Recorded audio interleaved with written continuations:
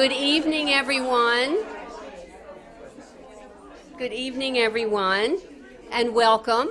I'm Kate Markert. I'm Executive Director here at Hillwood Estate Museum and Gardens, and I'm delighted to welcome you here tonight. And I'm also delighted to be speaking about our absolutely fabulous exhibition, Spectacular Gems and Jewelry from the Merriweather Post collection. And I know you know the next thing I'm going to say. Turn off your cell phones, yes. And I'd like to give a special welcome to those of you who are listening from the simulcast. I was talking to a few of you, and everybody is telling me how beautiful the gardens look. I hope you've had a chance to get out and about. We have moved from summer annuals to our chrysanthemums, and they're looking quite spectacular all around. So please do get out and enjoy our fall color.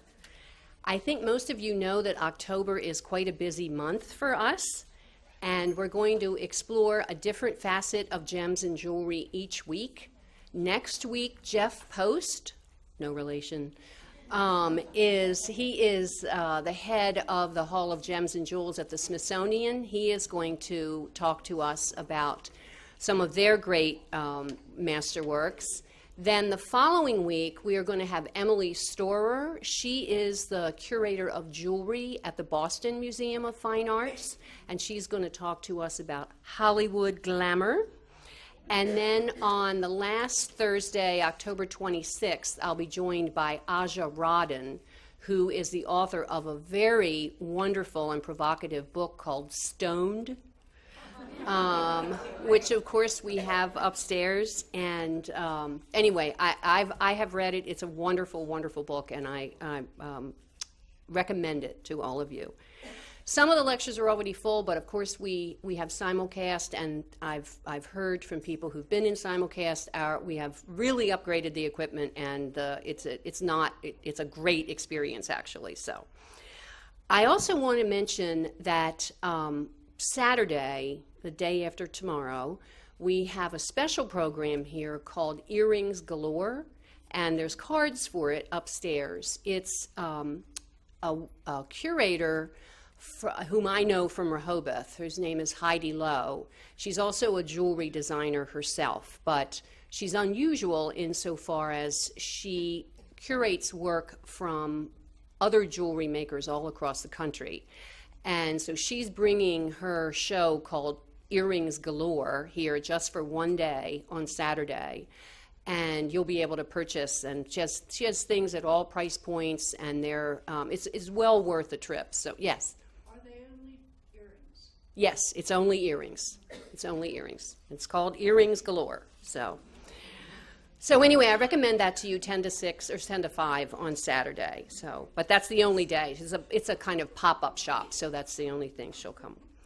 So of course, I know you know the best way to stay on top of everything we're doing here is to be a member, and I feel like I'm probably preaching to the choir because I think I have probably 90% members, but I always have to say that when I get an opportunity. So now it is my pleasure to talk to you about Spectacular. I thought what we would do is to just tell you some stories about how this exhibition came together. So the first thing I'm going to do is talk to you about, there was a lot of research done over a number of years, and of course, as soon as you start doing research, it raises more questions than you actually have resolved. So still there are many, many, many questions that we have not answered. So part of my goal in this talk is to kind of harness all of you to kind of help me. And the first thing we're going to do is play my favorite parlor game, which is what jewelry is Marjorie Post wearing in this?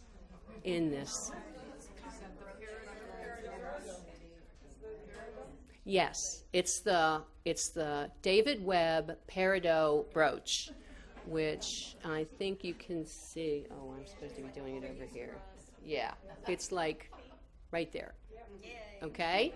Now, I can't really tell if she's also got the bracelet on. It doesn't really look like the bracelet to me. She had the brooch made in 1961, and she didn't have the bracelet made until 1966. So it's possible that this is from the early 60s, and she only had the brooch, but not the bracelet. But I know lots of you look at lots of pictures of Marjorie, and I'll be showing you many works that are actually not in the exhibition, so that maybe you can help me find some of these. Okay. The spectacular curator of this exhibition is Liana Paredes. And I think you all know that she was a very distinguished curator of the decorative arts. She wrote the wonderful catalog of the Sèvres exhibition. She also, with Ann Odom, wrote Taste for Splendor. So she had a great depth of knowledge in furniture and porcelain. She decided that she wanted to write this book on jewelry, so she had to throw herself into actually learning jewelry. She didn't actually know tons about jewelry before she started this project, although she had done some research into Cartier in '95, so maybe that's where it came from. But so in order to teach herself about jewelry, she did something that I think is a really, really smart thing, which was she signed herself up to teach a course on it. And of course, those of you who are docents know that you really have to learn. If you're going to tell somebody else about it, you really have to learn about it. So she really did learn a lot, and she had a very able assistant whose name is Jenny Levy, and Jenny helped her with with putting together the PowerPoints for each one of her lectures, and also she helped her a lot in all of the research. So she organized the exhibition. She wrote the catalog. The catalog was at the printer. She worked with our new designer, Lee Weaver, to lay out the exhibition. She wrote all of the labels for the show, and then on March 16th, she died. So we decided not to dedicate the show to her because it's her show. We will dedicate another show in the future, but this is definitely Liana's show. And most everything that I will be talking to you tonight about is Liana's research. So I just want to honor her, and she has a great body of work that's still here, and of course we feel her presence every day. So this exhibition, Liana wanted this exhibition to really emphasize the gems and jewelry, because as she worked through the archives, and I'll give you a little insight into how she went about the process, she discovered a lot of pieces beyond what is housed either here or at the National Museum of Natural History. And she came to the understanding that Marjorie Merriweather Post's collection is, in fact, as she writes in the forward to the catalog, the most formidable private jewelry collection assembled in the 20th century. Now that is Liana's thinking. That's not director's hyperbole. That's a scholar having really immersed herself in the work. So she really believed it was the most formidable private jewelry collection assembled in the 20th century. And you certainly can see from what was in the show how very important the collection is. But what I'm going to show you tonight, in addition to that, is some of the things that Marjorie Post owned that are not in the exhibition. And if you don't already agree with Liana, I think you will by the end of this evening. So the exhibition is not biographical. It really just focuses on the jewelry. And it's kind of relentless about that. After we were approached for some 30 loans for the Cartier exhibition in I think it was December of 2013 into January of 2014, I came back. I spent time with the curators. They were asking me for all these loans, and we did agree to do it. They did go. We all went to the opening. It was fabulous. But anyway, I said to Liana, why don't we do a Cartier show? If we've got 30 loans that we're giving to them, and it wasn't everything we had, I said, why can't we do a Cartier show? And she was actually, at first, she was skeptical. And she said, there have been so many Cartier shows. What could I do that would be different from all the other Cartier shows that have been around?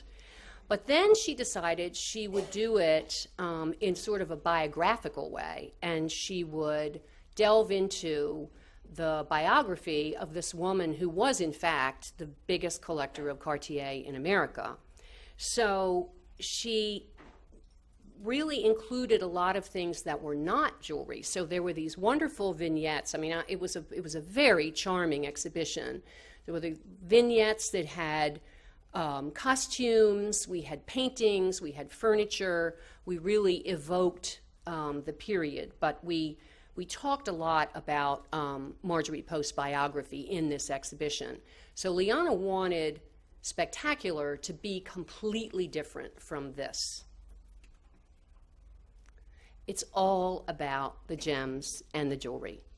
So there are no vignettes in this show, there are no costumes, there are no props. It is really just one case of fantastic jewelry after the other. And it's actually quite an intense experience. And I keep reminding you, this is 60 pieces, and it's only a portion of what Marjorie Post owned. So Liana felt that the lighting was going to be absolutely critical. We had actually a lot of trouble lighting the Cartier exhibition. She did finally get it more or less the way she wanted it, but it was a big struggle. So when we were looking to hire a new installation designer, she was absolutely adamant that we had to find somebody who had a lot of experience in lighting. And as it turned out, we all hired a man named Lee Weaver whose expertise is truly in lighting, and he did an absolutely phenomenal job with lighting the show. So how to go about doing this? The research began with the original inventories, and I just show you this one page. It's page 29 of the inventories. And the first thing, I just want to draw your attention to the first thing up there. It's this amethyst and diamond brooch with the PS amethyst diamond drop. So we think PS means pear-shaped. And when you first look at that, you think maybe that's that amethyst drop, that garland kind of design pin. But as you look at it, you realize it's not a, it's a faceted amethyst, so that's probably not the right thing. So just as you start looking at these inventories, you're trying to figure out, okay, what are these things? They're detailed in one way, but they don't tell you the style. They don't tell you the maker. So there's a lot that's missing in here. But what I do want to draw your attention to is this, I have a hard time reading it from this angle. No. The sapphire and diamond flower brooch, that. The sapphire, just remember the sapphire and diamond flower brooch, and we will talk about that later. And it also talks about where they went. Now, Mrs. Robertson, of course, is Dina Merrill. She was married to Cliff Robertson. This inventory is from 1968. So that would have been Dina, and then Mrs. Riggs is Adelaide, and Mrs. Barzin is Eleanor. So this is where they were supposed to go. And then you can see that what happened is that, delete this, Mrs. Post gave it away. So that's the thing about these inventories. They're kind of tantalizing in that there's a lot of information here, but it's not, you can't absolutely say for sure that this went, because, then the daughters might have traded it around, or, who knows what happened. And they don't all have photographs either. So anyway, this is sort of where you start with all of this. And there were actually 208 items on this inventory. So I said there's 60 items in the show. Just saying. Yeah. So now I'm going to talk about the parts of the collection that were dispersed. So some of them went to the National Museum of Natural History, the Hall of Gems and Jewels, and we can all see them there. I mean, that's, of course, the Marie Antoinette earrings are an example of that. She gave gifts to her daughters and granddaughters, very logically, and to her goddaughter and some friends. And then, very sadly, there were sales in the early 80s. And this is like a really sore point with me. Just saying. Anyway, okay, thank you. Thank you. Some of you know. Yes, okay. So the National Museum of Natural History really, I think Marjorie Post gave the Smithsonian what she considered to be the most important objects, because she was actually working with them to create the Hall of Gems and Jewels. And so she was leading the charge by giving some of her most important things.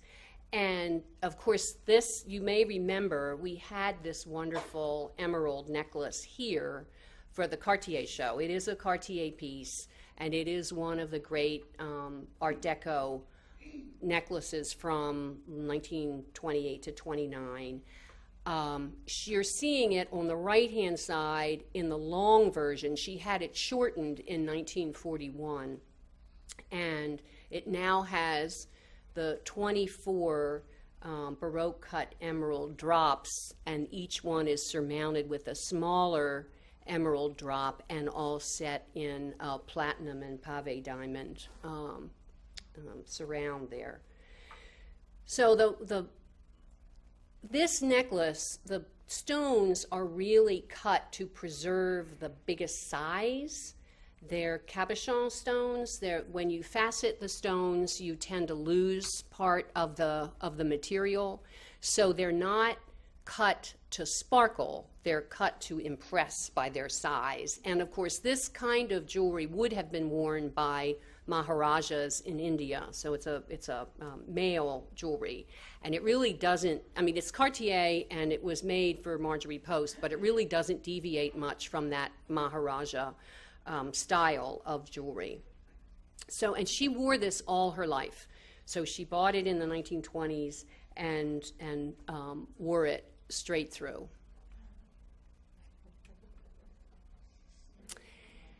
Okay, another piece that went to the Museum of Natural History is the Marie-Louise diadem. And this was created by Nito et Fils in 1810. They were court jewelers to Napoleon I. And it originally was outfitted with emeralds. So Napoleon, his first wife was Josephine. Josephine did not have any children, so he got rid of Josephine. And he, I think, thought he was very, very fortunate to be marrying an Austrian archduchess who was a Habsburg. And so when he was, in his joy of marrying into the, top European royalty, he showered her with incredible gifts. So this diamond, it was diamond and emerald tiara. There's a necklace and earrings that went with this set, a belt buckle, and a comb.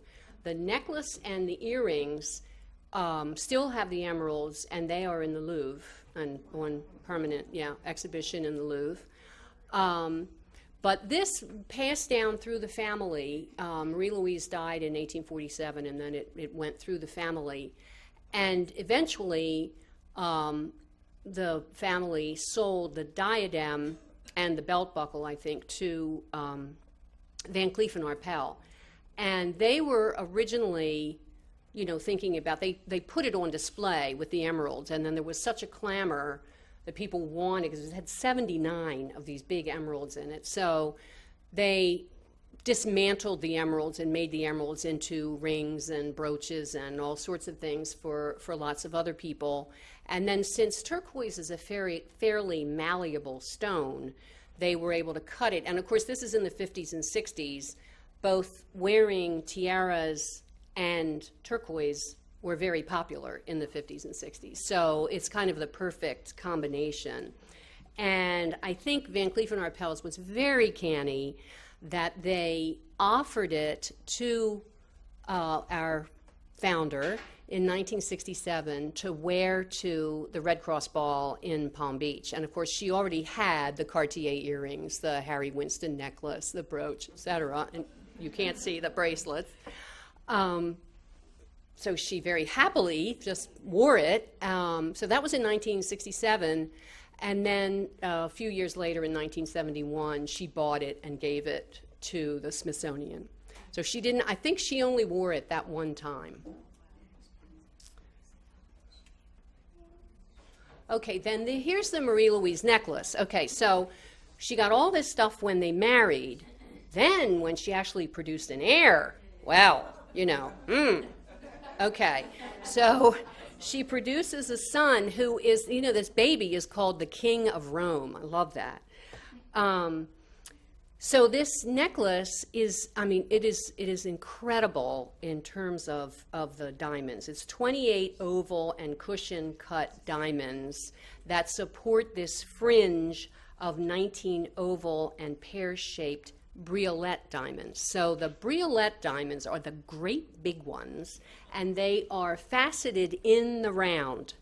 So you're using a lot of material to facet this in the round, but the brilliance, the display, and of course you can see it, the way it's lit in the case here, it really sparkles. And it's an absolutely incredibly bombastic piece, and Marie-Louise wore it and had her portrait painted in it. It's quite an important piece, and it came into Harry Winston's. Harry Winston is a dealer most known for diamonds, and of course he knew that Marjorie Post was a discerning collector who really cared about historic jewelry, so he offered it to her, and she actually bought it for the Museum of Natural History. I don't think she ever actually wore it. There was not much time between when she bought it and when she gave it. You see her giving it to these hungry men there.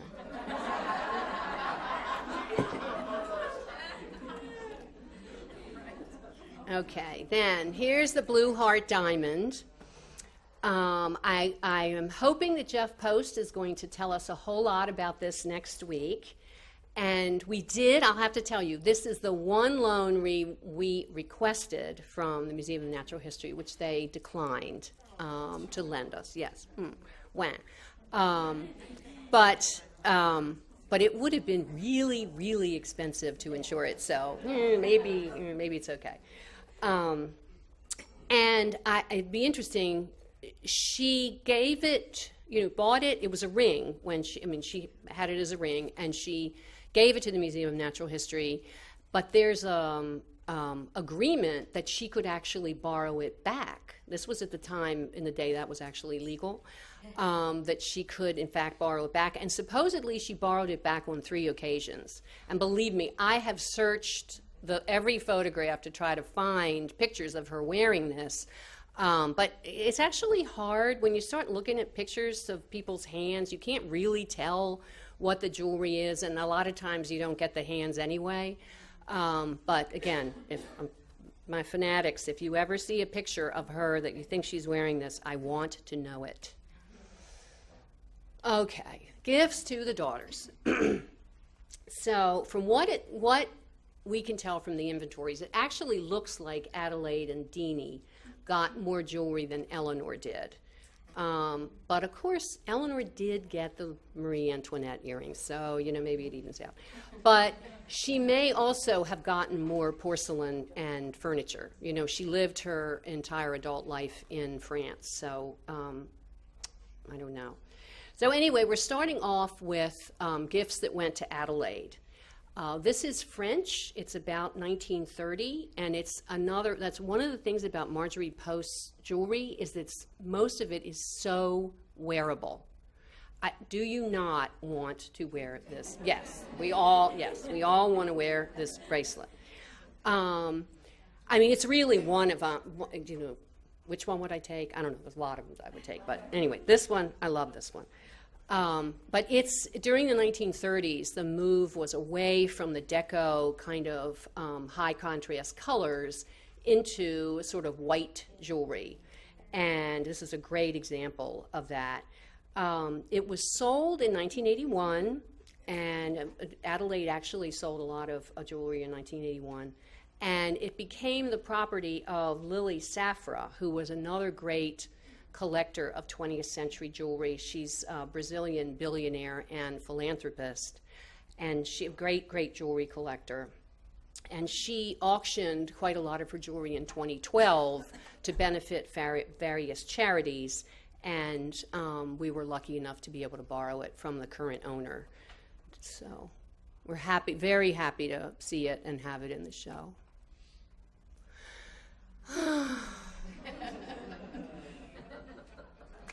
Okay, this is this beautiful Cartier sapphire diamond and platinum strap bracelet, and that is a 58 carat sapphire.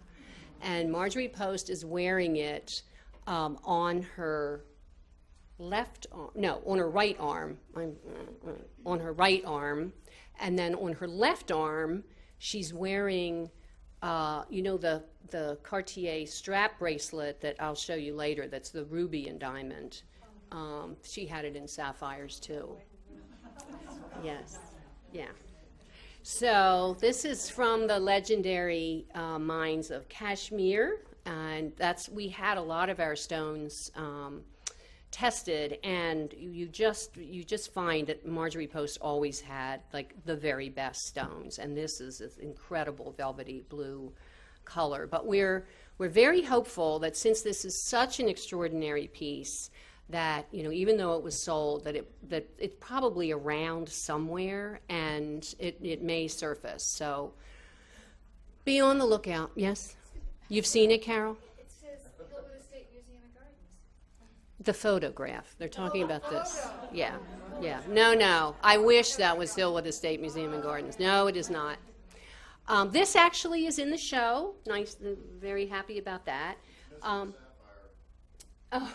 that's entirely possible. It is Van Cleef and Arpels. It was made in 1954, and it's, you know, it's after the war, after the sort of more streamlined look of the 40s. This is the beginning of Christian Dior's glamorous sort of new look that was very in. It was very feminine. There was a lot of ornamentation, and so this very intricate look with these very small sapphires and diamonds. It's a bracelet, brooch, and earrings that would have been a daytime wear set, since it's, you know, gold and small stones. But Liana spent a lot of time in the Van Cleef and Arpels archives in Paris, and she was able to find actually the order number for this and who made them. And then we actually were able to trace after the sale and borrow it from the current owner. So we're very happy to have that for the brief time that it'll be here.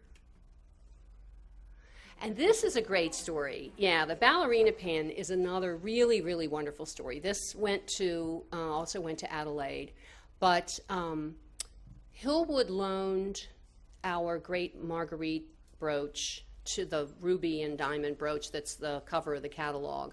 That's Van Cleef and Arpels. And we loaned that to the Cooper Hewitt for their big Van Cleef and Arpels show a number of years ago. And we were invited to this very fancy, very cool opening party, and Ellen Charles and Liana and I went to the opening party. And Kate Blanchett was there. It's really great. But anyway, we were going through the exhibition, and the three of us were looking at the various things, and Ellen looks at this pin, and she says, I think that was grandmother's. It was not identified as, it was just, loaned because it was Van Cleef and Arpels. It was loaned to the show. So Liana got busy and, went back and figured it out that it really was. So she tracked down the order number at the Van Cleef and Arpels archives in Paris, and that's why we were able to borrow it back for the show. And, it's a private lender right now. But it's an absolute copy of this Mademoiselle de Camargo Dancing by Nicolas Lancret, and if you have seen any of the other ballerina pins, it's got the fullest skirt, it's got the biggest diamond for the head. It's really, it's a fantastic, fantastic example, and it looks, exactly like the painting. So it's an extraordinary piece, and it was really just Ellen saying, I think that was grandmother's, when we were standing in front of it, that led Liana on the chase for that one. And then here's Eleanor and her Marie Antoinette. I have no doubt that she enjoyed wearing these when she had them. But Marjorie did ask her if she would give them to the Museum of Natural History because they were so important, and she did. So if you go to the Museum of Natural History and you see these, you'll see that they have gift of Eleanor Barzin on the credit line. And the blue heart as well. Really? Yeah. Huh. Anyway, we'll see. This is another one that went to Eleanor. It's onyx and coral and diamonds, and this is a fantastic straight ahead Art Deco piece that was a special order from Cartier, New York. It's this modern look, and it almost has a kind of constructivist feeling with these rods.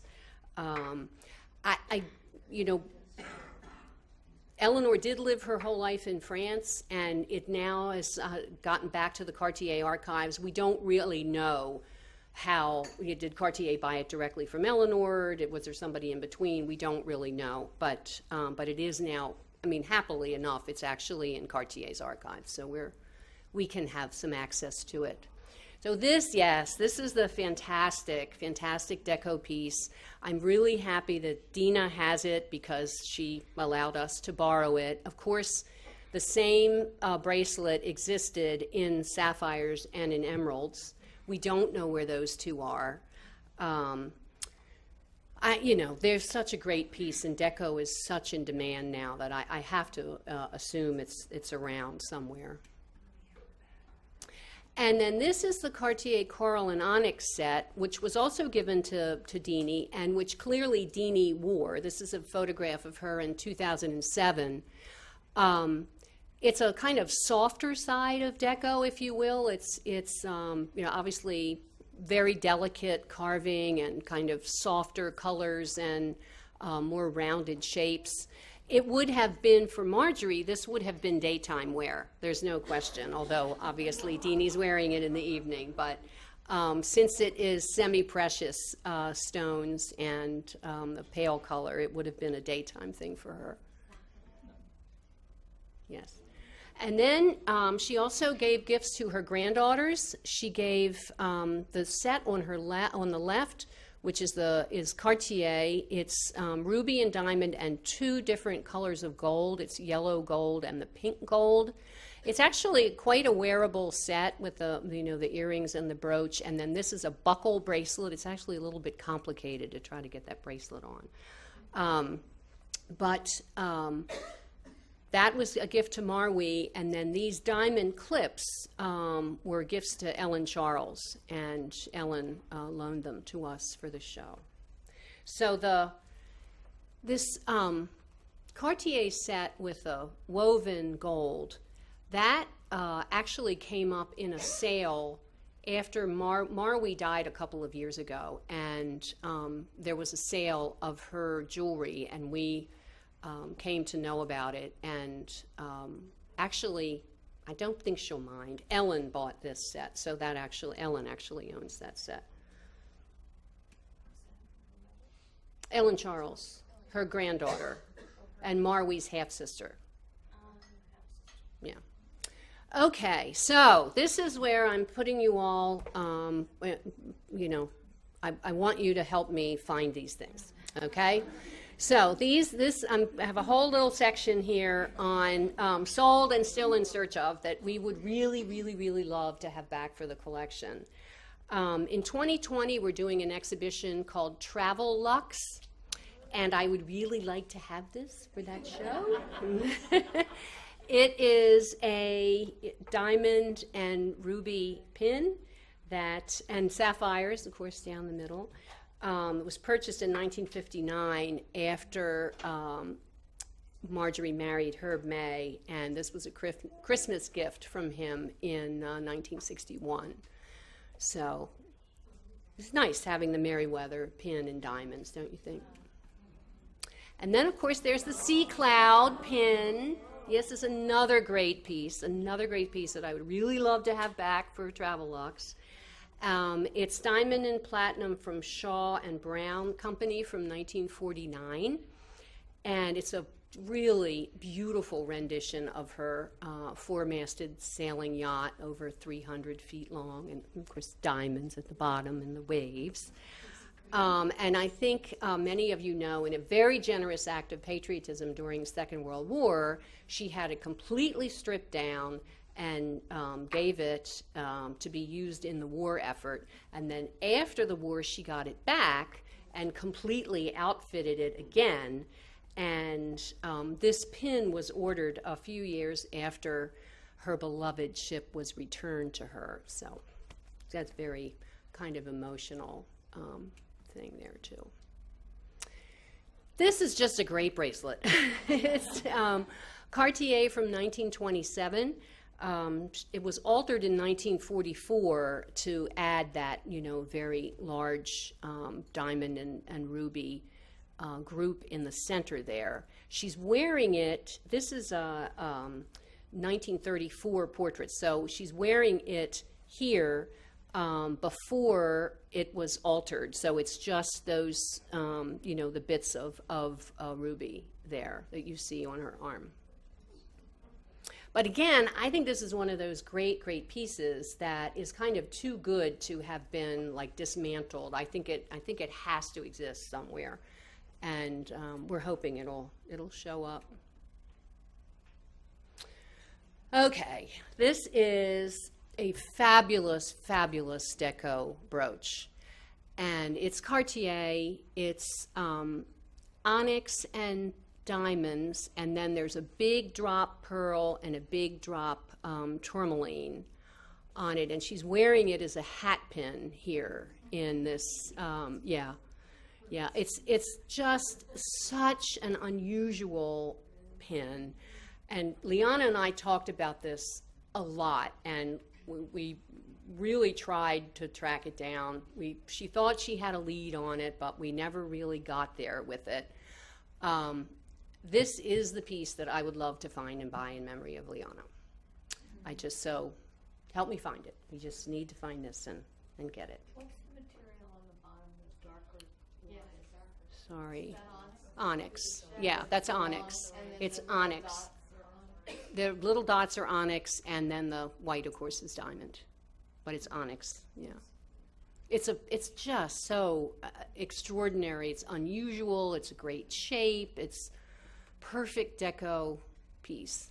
What's the top on the left? Isn't that ruby? No, I think that's tourmaline. That is a Tourmaline. Mm-hmm.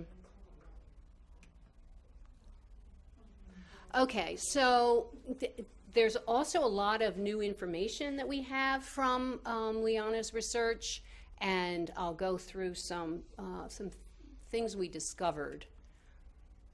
So, you may have, this is not an aquamarine. We had this as an aquamarine for years and years and years in our database, and as she was working on this show, I don't know how it got to be called an aquamarine because it is zircon, and it's part of that whole zircon set. So it's now been corrected. That's one of the things. And then this is a fantastic piece. It's called the Post brooch because the Boston Museum of Fine Arts bought this incredible diamond and emerald brooch when it came up for auction in 2008. At that time, Hillwood really wasn't on the lookout for Marjorie Post jewelry, and we didn't even realize it was for sale. She realized it as, Liana realized it as she was doing her research, and discovered that it had found a very appreciative new home in Boston, and that they would be willing to lend it for the exhibition. They really consider it the foremost example of Deco jewelry that was ever created. It's Oscar Heyman, and they published recently a catalog called Oscar Heyman, The Jeweler's Jeweler, and that is on the front of the catalog, and our girl is on the back. So. It is a carved, yeah, it is a fabulous carved emerald. She's not wearing it. Yes, she's wearing it. Yeah, that's where she's. Yes, that is the very pin that she is wearing. What does she have on the top? Well, she's wearing. I mean, she's got pearls. Yeah. Well, I mean. There you go. The date. I don't know whether this is day or evening. To tell you the truth. Yes, and we can spend a lot of time talking about all the rest of the things. When it left her collection, Mrs. Post collection, this. I don't actually. Yeah. So it didn't show up in her inventory? It doesn't. That actually is not. I don't think. I could be wrong. It might be in the '68 inventory. I don't know. But we can hear more about it. Emily Storer, as I said, the curator of jewelry from the Boston Museum of Fine Arts, will be here in 2 weeks, and we can quiz her about it. Maybe she'll know. She'll know the whole series. Okay, this was a wonderful new discovery. Absolutely terrific. Liana said she knew of this piece from black and white photographs. She didn't actually know that it was an amethyst. She thought it might be a smoky topaz. She wasn't exactly sure what it was. Liana and I went to one of Marjorie Post's granddaughters' house, and she had this great heap of jewelry there. That was Marjorie Post's.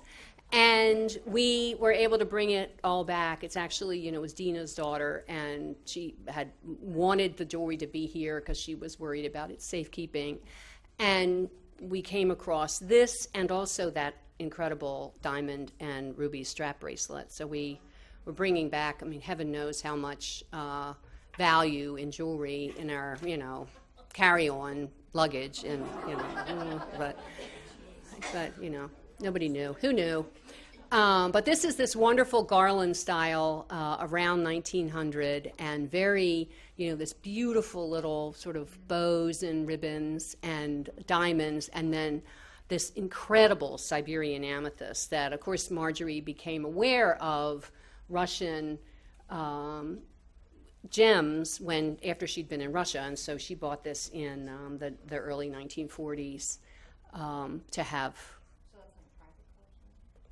No, this actually, it says private collection. It actually did belong to Dina Merrill, and then some of the loans from Dina say private collection, and some of them say Nadine Hartley. It's a fabulous color. This is an incredible amethyst. Okay, then Liana did a lot of work in the Cartier archives also. This is one of the few pieces that Marjorie Post actually went into Cartier and said, I'll take it, rather than having it made for her. So this already existed. you know, at the time, the Maharajas in the 1920s, the Maharajas were coming to Cartier with like bags of emeralds, carved emeralds and so forth, and asking them to make jewelry. And then there's also stories about how some of them were selling it to pay off gambling debts, and you know, who knows. But so Marjorie bought this, and then she had it remade into this sort of door knocker form over here. And that was in 1928. She had it altered. So Liana found the original photograph in the London archives. Okay, and here's our poster child, the Marguerite brooch that it just amazes me that Marjorie Post ordered this in 1969. So if you do the math, she was 82. So she's still going strong, and you know, more power to her. But the inventory that we were looking at is from 1968. So she had the sapphire pin before she had the ruby pin. So I don't know what possessed her. She decided, well, I need a new ruby pin, but she did. And we do have both a photograph of the sapphire and the order sheet for the sapphire. So I think the sapphire, this pin is around somewhere. It of course is the invisible setting which Van Cleef created in the 1930s and then perfected over time. It's an absolutely wonderful, wonderful piece.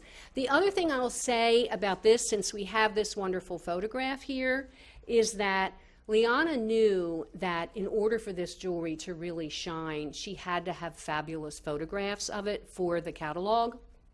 And so we hired a firm called Square Moose, which again, Liana did all kinds of research and found out that Square Moose was they were the people you went to do fantastic photographs of jewelry. They shoot all of the major houses and so forth.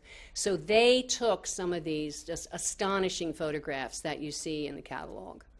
And they also they cleaned up a lot of the photographs that we had from the National Museum of Natural History, because their photographs were really kind of rough. So they did a beautiful job of making them look fantastic. And that's just so important, because I agreed with her that this catalog had to look spectacular, right? So,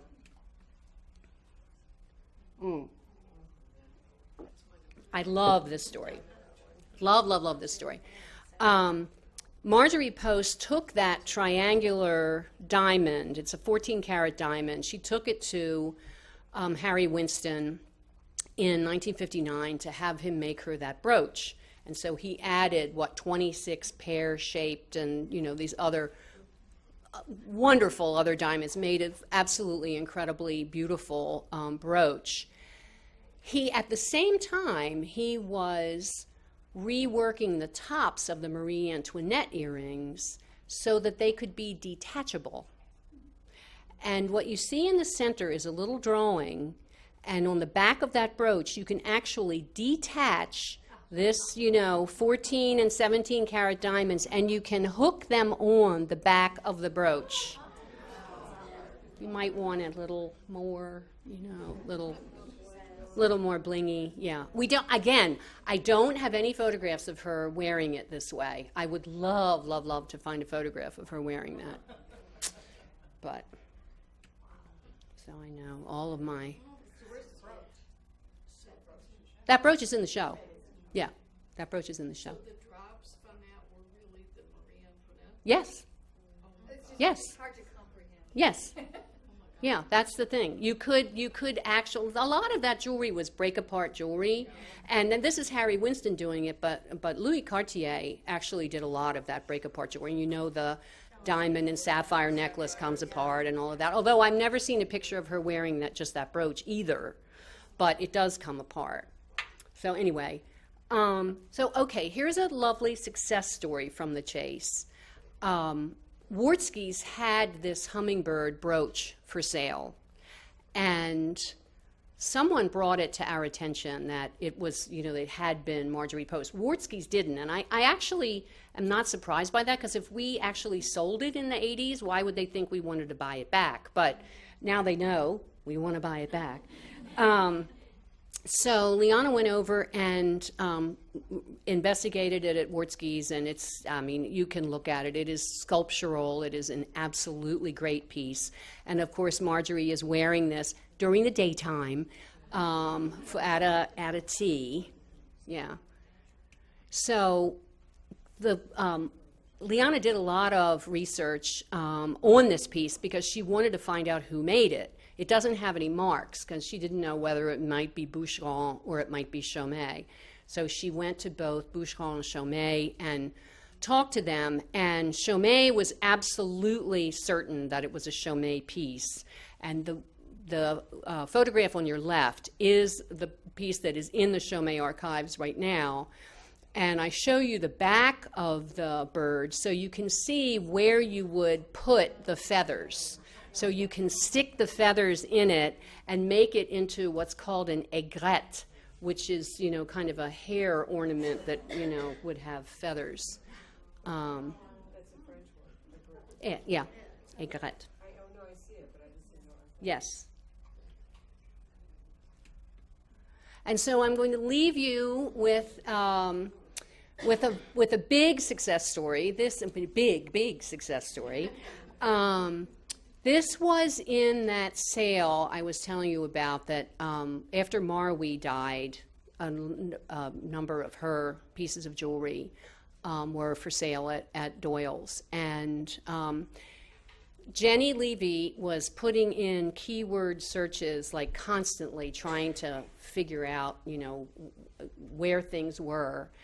And somehow she put in, I guess, David Webb peridot bracelet, and up popped this that it's for, it's going to be on sale in, a month or two. So Liana and I went up to New York. It was actually a sale in California, but Liana and I went to New York to actually look at it. And the Cartier rose gold and yellow gold and ruby and diamond set that we looked at earlier was also in that sale. We got to put them on because when they're at an auction house, you can put them on. When they're in a museum, you can't. And I'll tell you, this is a 120 carat peridot, and she supposedly bought this in 1965 and then gave it, and then had David Webb make the bracelet for her. But I'll tell you, I don't consider this a terribly wearable piece. It's a fantastic piece in the case. It looks wonderful. I wear big jewelry, and it was really like, I'm not sure I would, and I especially am not sure I'd wear it to a General Foods board meeting. So, but anyway. But so I will leave you with that, and I'm happy to answer any questions I can answer. Thank you. The question was about the brooch. We do have the brooch in the exhibition. The brooch does not belong to Hillwood. The brooch was actually bought back by the David Webb Archives. So David Webb Archives owns the brooch, and they were kind enough to lend it to us, and we own the bracelet. You said that you want us to keep an eye on Yes, it, I do. like at flea markets and places. Yeah, right.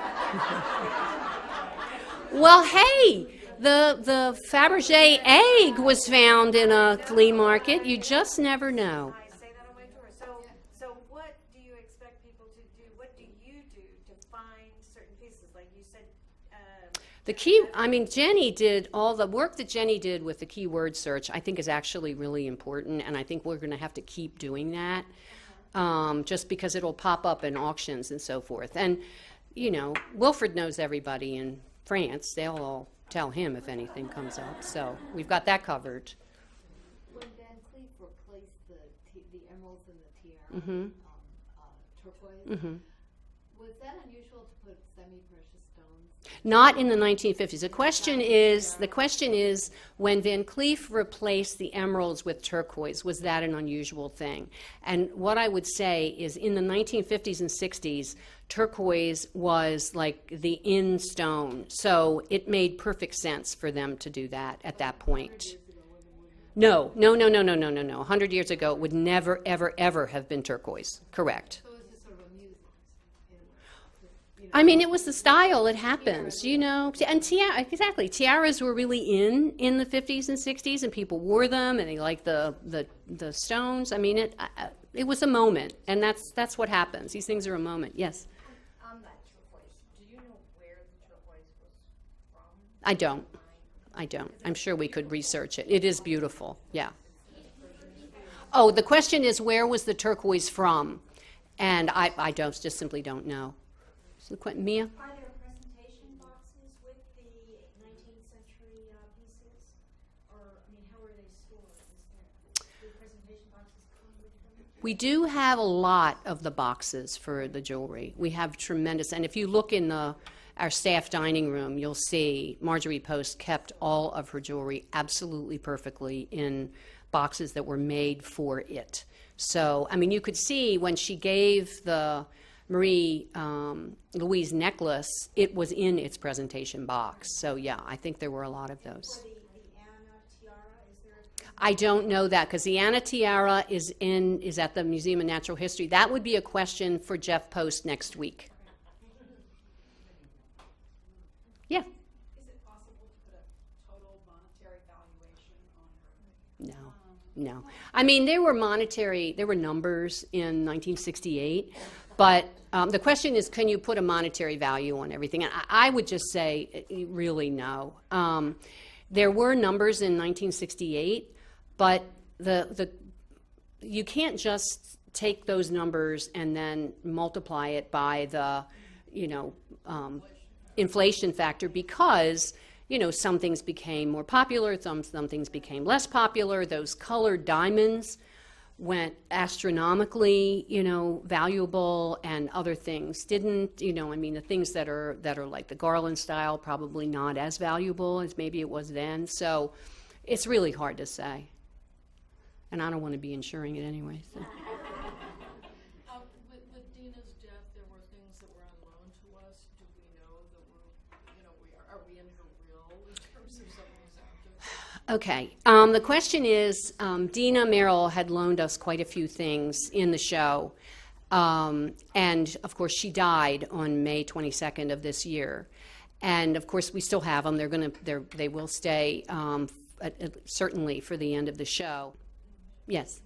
I wondered if Mrs. Post had a security detail with her when she wore these fabulous jewels. The question is, did Mrs. Post have a security detail when she wore these fabulous jewels? I do not think she did.